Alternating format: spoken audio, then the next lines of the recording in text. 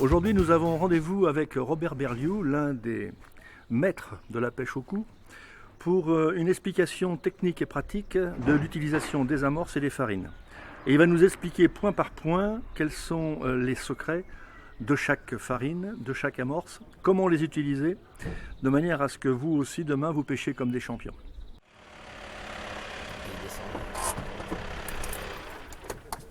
Salut Robert. Hey, ça va? Ça va? T'as fait bonne route? Très très bonne route. Ouais. Ça va une belle journée en plus pour l'instant. David, bonjour. En forme? Oui. Bon, on va choisir nos amorces? Allez, en route. Allez, on y va.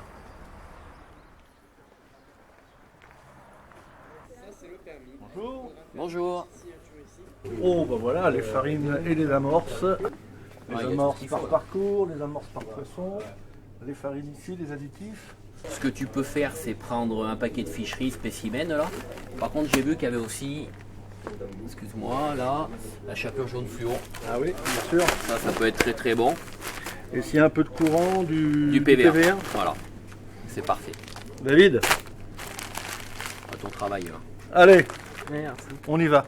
Robert va nous expliquer à quoi servent ces différentes farines, quelles sont leurs mécaniques, nous présenter aussi les amorces toutes prêtes que les pêcheurs ont de plus en plus tendance à utiliser, et puis les nouveaux produits qui sont arrivés sur le marché.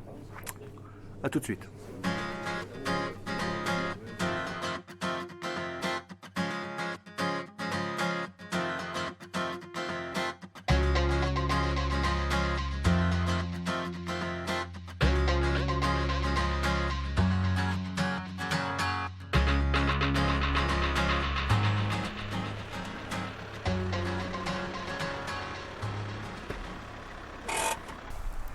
Donc ici nous sommes sur la rivière Le Gard, qu'on appelle le Gardon.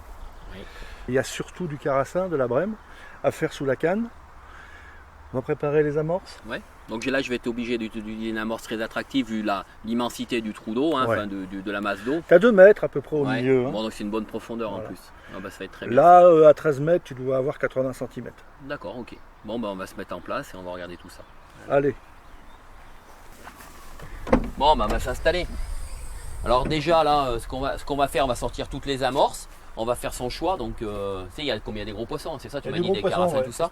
On a un peu des pellets, on a un petit peu des additifs très précis. Puis on va mettre un petit peu de terre pour alourdir l'amorce pour qu'elle tienne lorsqu'ils vont fouiller. et l'appauvrir un peu, non? Voilà, l'appauvrir un petit peu, mais bon, je dirais à cette époque, ils ont besoin de manger les poissons, donc Ouais. c'est pas trop dérangeant. Parce que l'eau est pas très chaude, hein. Voilà. Elle est à 17 là. Voilà. Après, j'ai 2-3 petits produits que je mets dedans qui changent le mécanique de l'amorce. C'est mes petits secrets à moi, donc Parce que toi, tu as des secrets encore. moi j'en ai quelques-uns. Mais bon, là, on va les savoir. Ce sera Allez, plus on un veut secret. tout savoir. Allez. Donc, on va positionner l'amorce là, puis on va faire son choix. Allez. L'intérêt de venir ici sur ce site, c'est que nous avons un niveau d'eau qui est régulier et nous avons une population piscicole totalement différente. Nous avons des brèmes, des carassins sous la canne et nous aurons des carpes au feeder ou à l'anglaise à 30-35 mètres. Donc Robert va nous préparer des amorces totalement différentes pour ces espèces recherchées. Donc ça, On a prévu pour un régiment là. oui, ben, j'ai pas amené que pour pêcher, j'ai amené aussi pour montrer aux gens qu'il y a beaucoup de choix et que le secret de l'amorce, c'est vraiment le mécanique. C'est-à-dire une rivière, on met une certaine amorce, un plan d'eau, on met une certaine amorce, les profondeurs peuvent changer aussi le mécanique de l'amorce. Alors ce que j'entends sur le mécanique de l'amorce, c'est une amorce, c'est un amalgame de farine mélangée. Et chaque farine a un travail différent lorsqu'elle est jetée dans l'eau. C'est-à-dire il peut avoir des collants, il peut avoir des dispersants, il peut avoir des nuageants. Et en mélangeant toutes les farines, on fabrique un moteur. Et ce moteur, c'est l'amorce. Et donc sur un parcours comme ça, il va falloir une amorce qui tienne quand même, puisqu'elle va être agressée par les poissons, puisque les poissons sont relativement gros. Donc il va falloir qu'elle travaille doucement pour rester longtemps sur le coup et résister aux assauts des poissons. Mais en même temps, il va falloir qu'elle parte un petit peu dans le courant pour les faire venir de l'aval de l'amorçage. Dis-moi Robert, franchement, tes farines, tu fais toi-même tes mélanges ou bien tu utilises les paquets tout près du commerce? Alors, j'ai jamais fait une amorce, hein, j'ai jamais mélangé des farines, j'ai toujours pêché avec des amorces toutes prêtes, comme ça je gagnais du temps. Hein, je me suis plus préoccupé de ma technique au lieu de me préoccuper des secrets de l'amorce. Par contre, je mélange des amorces ensemble et j'ai introduit quelques farines pour changer justement le fameux mécanique du cheneville pour la faire travailler, des collants pour la recoller, l'alourdir avec de la terre. Mais ça fait 30 ans que je fais de la compétition, ça fait 30 ans que je pêche avec de l'amorce toute prête. malgré tout, est-ce que ces amorces mouillées, au bout d'un moment, si on ne les garde pas trop longtemps en réserve, ne vont pas se dénaturer? Non, non, pas du tout. Les amorces mouillées ont une durée de vie au moins de 24 mois, hein, déjà. Après, c'est souvent de l'amorce que les pêcheurs ou des enfants ou des pêcheurs de vif pour pêcher le carnassier achètent pour éviter en hiver, par exemple, de se mouiller les mains et avoir les mains gelées. Ils ouvrent le paquet, ils ont juste acheté ça dans l'eau sans utiliser de l'eau. Est-ce que malgré tout, le fait d'utiliser des amorces toutes prêtes, mouillées ou pas d'ailleurs, ça modifie pas un peu la mentalité du pêcheur qui recherchait avec des farines, des secrets, des ceci, des cela? Parce que c'était aussi du rêve qui était vendu avant la pêche, quoi. Tandis Oui, que maintenant on vient, on jette l'appât et puis c'est bon, quoi. Ben, je pense qu'il y a quelques années, je dirais, il y avait tellement peu de matériel et tellement peu de technicité de pêche dans la pêche au cou que le pêcheur de compétition avait le temps de se préoccuper de son amorce. Maintenant, je pense qu'il faut mieux privilégier les heures passées au bord de l'eau, comprendre un peu les poissons, lire un peu les eaux, les rivières, les plans d'eau, apprendre toutes les technicités, le feeder, la canne anglaise, la bolo et la pêche au cou, qui n'existaient pas il y a 25 ou 30 ans, et moins se préoccuper de son amorce. Les paquets sont faits par des professionnels, hein, on est tous des pêcheurs de compétition, on met des amorces au point. De fait de les mélanger, on gagne du temps et on ne perd pas d'efficacité. En fin de compte, on attire les poissons sur un coup avec les amorces, mais après il faut savoir les prendre. Donc le plus technique de l'affaire quand même, c'est la tenue de ligne. Alors c'est la tenue de ligne. La présentation. La présentation, tout à fait. Mais je dirais, c'est pour ça que c'est vachement plus important de passer son temps au bord de l'eau, pour utiliser toutes ces techniques de pêche, savoir tenir la ligne, savoir rappeler quand il faut rappeler, savoir amorcer correctement, savoir pêcher à l'anglaise quand il faut pêcher à l'anglaise, que passer son temps dans son garage à essayer de faire des formules de Merlin l'Enchanteur qui ne vont pas marcher systématiquement si on n'a pas la technique pour attraper les poissons.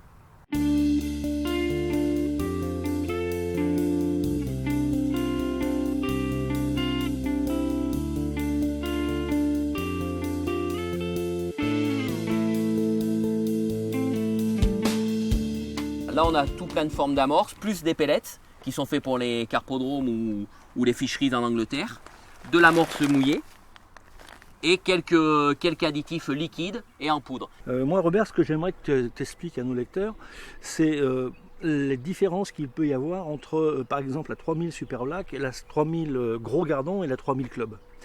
Pour exemple, et on va repasser ensuite sur chaque amorce avec quelles sont les différences mécaniques. Est-ce que c'est la mouture, est-ce que c'est la couleur qui fait qu'on va utiliser plus telle amorce que telle autre? L'amorce Super Black, c'est une amorce noire. En plus, ce qui a un gros avantage, c'est qu'autrefois les amorces noires tachaient les mains. Maintenant, les amorces noires qu'on fabrique, elles ne tachent plus du tout les mains, donc on peut la mouiller avec facilité. Pourquoi noir? Alors pourquoi noir? Pour faire aucun contraste sur le fond, pour ne pas apeurer les poissons. Alors c'est plutôt dans les pêches difficiles, et il faut savoir aussi que depuis le Grenelle de l'environnement en France, on a épuré les eaux. De plus en plus, nos eaux qui étaient autrefois chargées organiquement sont de moins en moins chargées et de plus en plus claires. Et le fait de jeter de l'amorce noire dans de l'eau claire, ça a tendance à moins apeurer les poissons. D'accord. Donc le gardon qui a le dos noir ne se détache pas sur le fond, donc il est moins vu par les apeuré carnassiers. et moins vu par les carnassiers. Voilà. D'accord. Donc si on utilise des amorces plus claires, on va s'adresser à des poissons plus gros. Beaucoup plus gros, qui ont moins de prédateurs. Parce que les gros poissons n'ont pas de prédateurs. Hein. Une carpe de 5 kg, elle n'a pas de prédateurs. Donc elle a tendance à venir quand même facilement sur des amorces très très claires. Ensuite, on va avoir des amorces déjà pré-mouillées. Hein, pour le pêcheur lambda, la facilité, on ouvre le paquet, on ne se mouille pas les mains. On peut l'utiliser tel que. Au niveau de la granulométrie, au niveau de la couleur? Ouais, c'est une amorce passe-partout. Hein. C'est une amorce à gardon, elle est marron. Ça passe dans toutes les eaux, dans toutes les formes de fond. Après, on va passer sur des amorces ultra fines en particules pour les endroits où il n'y a pas de courant du tout, pas de vent dans les plans d'eau, pour avoir une attractivité totale, hein, ce genre-là. Et ensuite, là-haut, on a deux amorces à gardon différentes. Alors, on va avoir la Gros Gardon avec particules un peu plus grosses, très chargées en caramel et en vanille, très sucrée. Et après, on va avoir une 3000 Club Gardon, un tout petit peu plus économique, qui est un premier prix, mais avec une attractivité assez performante quand même. Voilà. Et là, on a les deux paquets de friture qui sont deux amorces très reconnues, en particulier la 515, puisque le record 515, c'est 515 ablettes en 1 heure. Là, c'est des amorces plutôt de surface et d'entre-deux eaux. Alors là, on a plutôt les farines, donc c'est du sec. On va l'introduire dans l'amorce au préalable avant de la mouiller. C'est très attractif puisque c'est une farine bien sûr, avec de la vanille, du caramel, du sucre, la carpique c'est sucré. Ça agit plus vite ça. Ça agit beaucoup plus vite. Voilà. Par contre c'est plutôt tout poisson. D'accord. Après on va utiliser des liquides. Alors là les liquides c'est de la glucose. Hein. Alors c'est très agréable en main. Hein. C'est du caramel, on dirait du caramel, le vanille c'est sucré. Et là ça va permettre à l'amorce de travailler tout doucement et de maintenir les poissons très très longtemps sur le coup. Ça colle comme la mélasse. Simplement, la mélasse, il faut savoir que la mélasse, c'est une base de farine, un peu comme le PV1, où dedans, il y a 37% de mélasse. D'ailleurs, je vais sûrement en mettre dans l'amorce. Je vais mettre de la mélasse sucrée. Donc, je vais me faire un mélange de mélasse et de ça pour rendre mécanique l'amorce. Voilà, qu'elle colle et qu'elle travaille tout doucement, qu'elle diffuse tout doucement. Bon, Robert, c'est parfait. Ce que je te propose maintenant, c'est de monter la station pour être en activité pêche assez rapidement. Pas de problème. Le temps change. Oui, c'est en train de tourner. Au niveau des farines, donc, on peut faire un petit résumé rapide. Les amorces ont plusieurs pouvoirs mécaniques. Vous avez tout d'abord la granulométrie de l'amorce, c'est-à-dire sa mouture, fine ou grossière. Et cette particularité va permettre déjà, dans un premier temps, de sélectionner les poissons. Les particules fines généralement pour les poissons à petite bouche, les grosses particules pour les poissons à grosse bouche, mais il n'est pas impossible de mélanger les deux. Ensuite, dans la mécanique des farines, vous avez les pouvoirs collants et les pouvoirs dispersants. Donc certaines farines sont collantes, comme la noix grasse, d'autres sont dispersantes, comme le coco belge. Là aussi, en mélangeant ces deux farines, on va obtenir une mécanique verticale, mais aussi horizontale. Et puis le dernier point, donc, c'est la couleur. On s'est rendu compte avec Robert tout à l'heure qu'il y avait des amorces claires, des amorces foncées. Les amorces foncées plutôt pour les poissons un peu péreux, sur le fond, notamment dans les canaux. Et puis les amorces claires pour les gros poissons parce qu'eux, ils ne craignent pas les prédateurs. À ces trois pouvoirs, à ces trois secrets, à ces trois mécaniques, on ajoute donc les additifs qui sont des arômes qui permettent soi-disant, je dis bien soi-disant, de sélectionner plus tel ou tel poisson. On imagine que la coriandre et la vanille, c'est davantage pour le gardon. Et on imagine aussi que, par exemple, le brasem, c'est pour la brème et le maïs pour la carpe. Mais ça, c'est Robert qui va nous le démontrer, puisque là, maintenant, nous allons attaquer la pêche.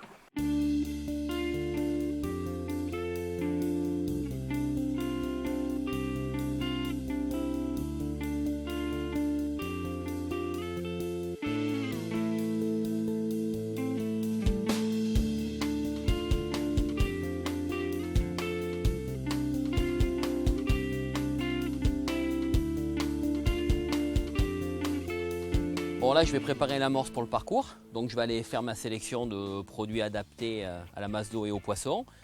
Là on va la mouiller avec tous les ingrédients, avec ce qu'on a expliqué tout à l'heure, le sucré et alourdir avec de la terre. Bon, alors là, donc on va utiliser une amorce plutôt lourde et grosses particules, comme on dit tout à l'heure. Alors il y a deux manières de la faire. Sous la canne à 13 mètres, là tu as 80 cm de profondeur. Donc 80 cm, une amorce n'aura pas besoin d'être bien lourde parce qu'on est hors courant, le courant est un petit peu plus loin à première vue. Donc on va utiliser de l'attractive à grosses particules. Alors l'attractive c'est tout bêtement des 3000 normales avec une grosse richesse en graines. Alors les graines, tiens Daniel s'il te plaît, voilà. Les graines, voilà ce que c'est. Hein, là on les voit. Donc c'est toute forme de graines broyées, il y a du millet jaune, du millet blanc. On appelle ça, pour les oiseaux, non ? Voilà, c'est de la graine pour oiseaux qui est vendue en sac de 3 kg. Et dedans il y a du coriandre, il y a du chenevis, il y a du millet blanc, du millet jaune. On y broie et en y introduisant dans une 3000 normale, celle-ci, on crée de l'attractive. Voilà, alors ça c'est entre guillemets un petit secret. D'accord. Donc ensuite, tu vas me redonner la petite boîte verte là-bas. Je vais mettre ça aussi dedans. Bizarrement, tu en as parlé tout à l'heure. Tu as parlé d'une farine que beaucoup de pêcheurs connaissent, qui a une odeur hyper agréable. La coriandre. La coriandre. Toutes les races de poissons adorent. Et ça a une particularité, ça fait travailler énormément l'amorce. Comme le chenevis ? Non, pas du tout. C'est-à-dire que le chenevis est plutôt une graine oléagineuse, chargée en graisse. Où là, ça va faire par contre une énorme diffusion, le chenevis. Ça, c'est plutôt par la graine elle-même qui va être très volatile. Et non gavante. Et non gavante. D'accord. Donc là, je vais prendre de l'attractive à forte granulométrie. Je vais prendre une amorce fine pour l'attractivité. Donc la particule fine, elle part très très loin chercher les poissons. Et on va la rendre un tout petit peu plus moins claire que prévu. parce que je pense que l'eau est très très claire, donc on va au moins attraper des poissons moyens. On va prendre une gros gardon. Et voilà, là on a 3 paquets d'amorces où dedans on va y introduire un petit peu de coriandre et un petit peu de graines qui vont forcer l'amorce à bien travailler. Ensuite, je vais mouiller l'amorce, donc je vais prendre de l'eau et dans l'eau je vais y introduire de la mélasse. Tu rajoutes un autre arôme par rapport à la coriandre? Voilà, rien à voir. Là ce sera plutôt un arôme gustatif et non un arôme attractif par l'odeur. Ce sera plutôt du gustatif, donc je vais prendre de l'aromique, je vais faire un mélange un petit peu de 3 liquides. Un cocktail. Un cocktail explosif. Voilà. Donc là, qui va encore rendre l'amorce différente au niveau gustatif, qui est une chose importante, que les poissons arrivent sur l'amorce et grâce à leur papille gustative, la trouvent bonne et restent sur le coup pour qu'on puisse les attraper. Bon, écoute, donne-moi une gamelle, je vais aller chercher de l'eau. Allez.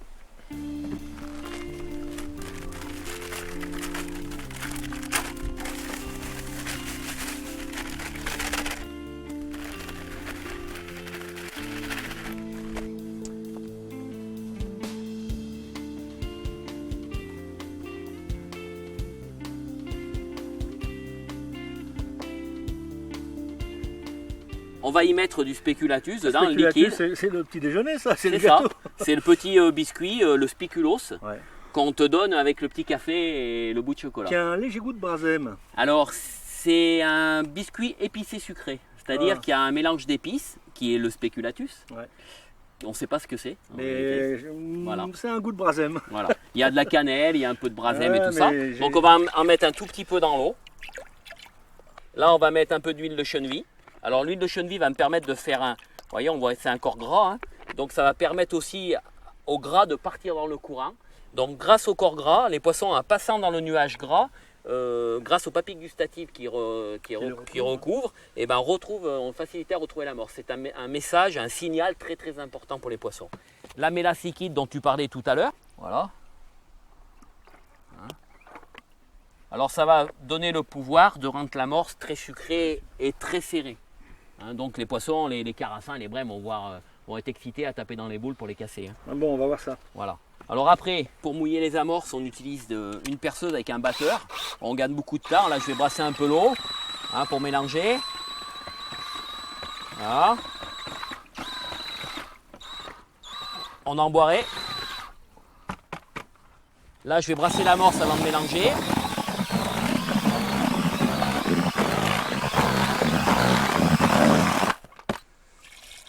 Alors sur chaque paquet, derrière il y a la quantité d'eau pour mouiller les amorces. C'était pratique pour la personne qui n'a jamais utilisé l'amorce.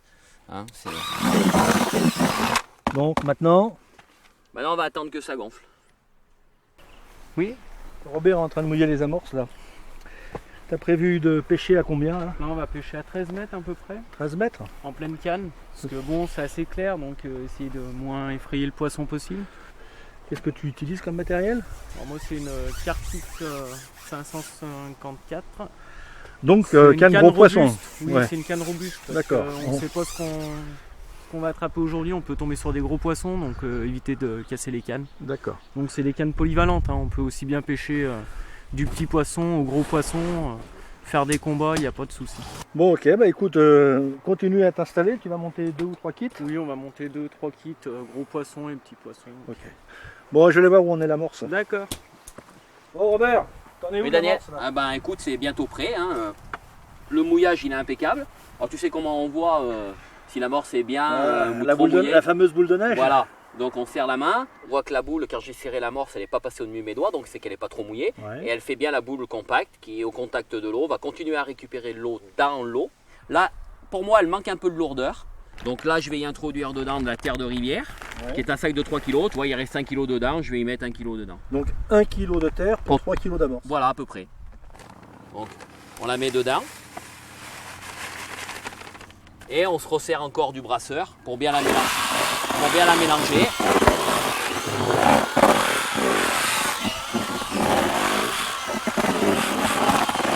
Voilà. Alors là, ça va changer. Encore une fois, on parle du mécanique, puisqu'on va changer sa densité. Donc là, tu vois, elle est beaucoup plus lourde. Ça nous permettra même, au rappel, sans trop la serrer, de la serrer une fois ou deux, qu'elle pénètre l'eau et que tout de suite, elle se mette à travailler sur le fond. D'ailleurs, dans l'eau, on va le voir. Une amorce trop serrée a tendance à ne pas travailler tout de suite, donc à attirer très tard les poissons. pour ça qu'il faut quelques boules qui explosent un petit peu. Voilà, une amorce à forte densité qui nous permettra de pénétrer correctement dans l'eau, de toucher le fond et tout de suite se mettre à travailler sans être obligé de la malaxer, de la serrer trop fortement. Tu nous montres? Je vais te montrer ça.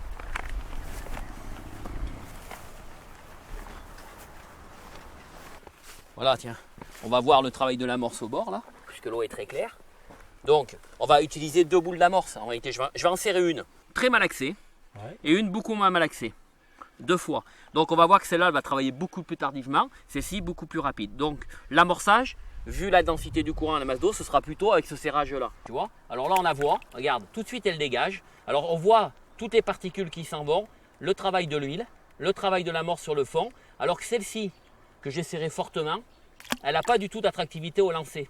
Là, on voit bien l'amorce de droite là, qui travaille énormément, qui envoie beaucoup de particules grasses et plein de petites particules qui partent au gré du courant. Donc, c'est beaucoup plus attractif la boule de droite que la boule de gauche. Alors, est-ce qu'en tactique de pêche, pour ce genre de parcours, on n'a pas intérêt à faire les deux? Oui. C'est-à-dire envoyer des boules peu serrées pour justement qu'elles traversent toutes les couches supérieures de l'eau et attirent le poisson, fasse du rappel, hein, Oui. et que l'autre, au contraire, bien serré, travaille beaucoup plus longtemps. Oui. Et contiennent les poissons sur le coup. Oui, alors justement, c'est ce qu'on va faire. On va jeter une dizaine de boules. On va en avoir 4 énormément serrées qui vont peut-être travailler beaucoup plus tard. Mais par contre, lorsque les poissons vont arriver, ceux qui vont arriver plus tard sur l'amorce, vont trouver de l'amorce encore entière qui travaille encore. Et l'autre, on ne va pas la serrer pour pouvoir attirer les poissons de suite. Donc c'est toujours important, surtout lorsqu'on met des èches animales, dans celles qu'on serre énormément, hein, il faut impérativement mettre des èches animales. Qu'est-ce que tu vas mettre comme échelle? Alors je vais mettre des asticots, hein, des pinkies étouffés dans une boîte très spéciale, une boîte où on enlève l'air pour les tuer. C'est une boîte étanche où on enlève l'air avec une pompe. Comme ça, ils sont inertes, ils ne bougent plus du tout. Hein, et après on peut les introduire dans l'amorce. Autrefois on utilisait des asticots congelés, où est la différence? Alors les asticots congelés ont tendance à noircir au bout d'une heure ou deux. Les asticots ébouillantés, lorsqu'on les ébouillante, le jus brûle à l'intérieur, il ne reste plus que la peau. Et là, ils sont entiers. Alors qu'à savoir que, comme tu disais, c'est quand même important qu'ils soient entiers parce que le poisson mange le jus. C'est ça? C'est Voilà. ça qui l'intéresse? Oui, exactement. Donc là, il est complètement entier et en plus, il garde sa couleur. D'accord. Robert a terminé son amorçage, 4 boules bien serrées, 6 boules moins serrées, et maintenant il est en action de pêche. Là, on a amorcé une dizaine de boules. Et là, j'utilise la ligne de 2 grammes. Donc David a monté deux flotteurs, 1 gramme et 2 grammes. Et selon la puissance du courant, on va alterner avec le 1 gramme ou le 2 grammes. Donc là, on vient d'amorcer, on va attendre un petit moment en espérant que les poissons rentrent, que l'amorce soit efficace.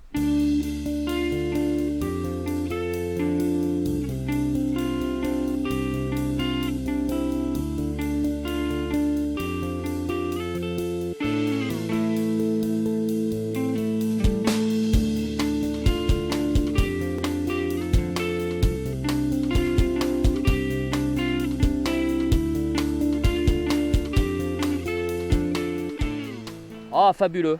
Alors là, c'est assez exceptionnel. Un carassin rouge. Voilà, alors là c'est le grand coup. C'était pas une amorce pour les carassins rouges, mais voilà, c'est fabuleux. Carassin doré. Fabuleux.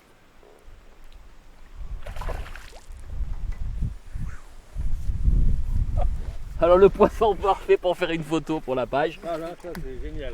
L'amorce a marché.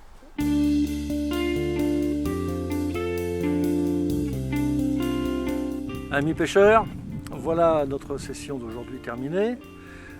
J'espère que nous avons été complets sur la mécanique des amorces. Vous saurez faire votre choix. Et celui de Robert était le bon puisqu'il avait prévu une amorce pour le carassin et pour la brème et qu'il nous a fait un carassin doré qui plus est. Voilà, je vous donne rendez-vous bientôt puisqu'à un moment ou un autre j'irai pêcher chez vous.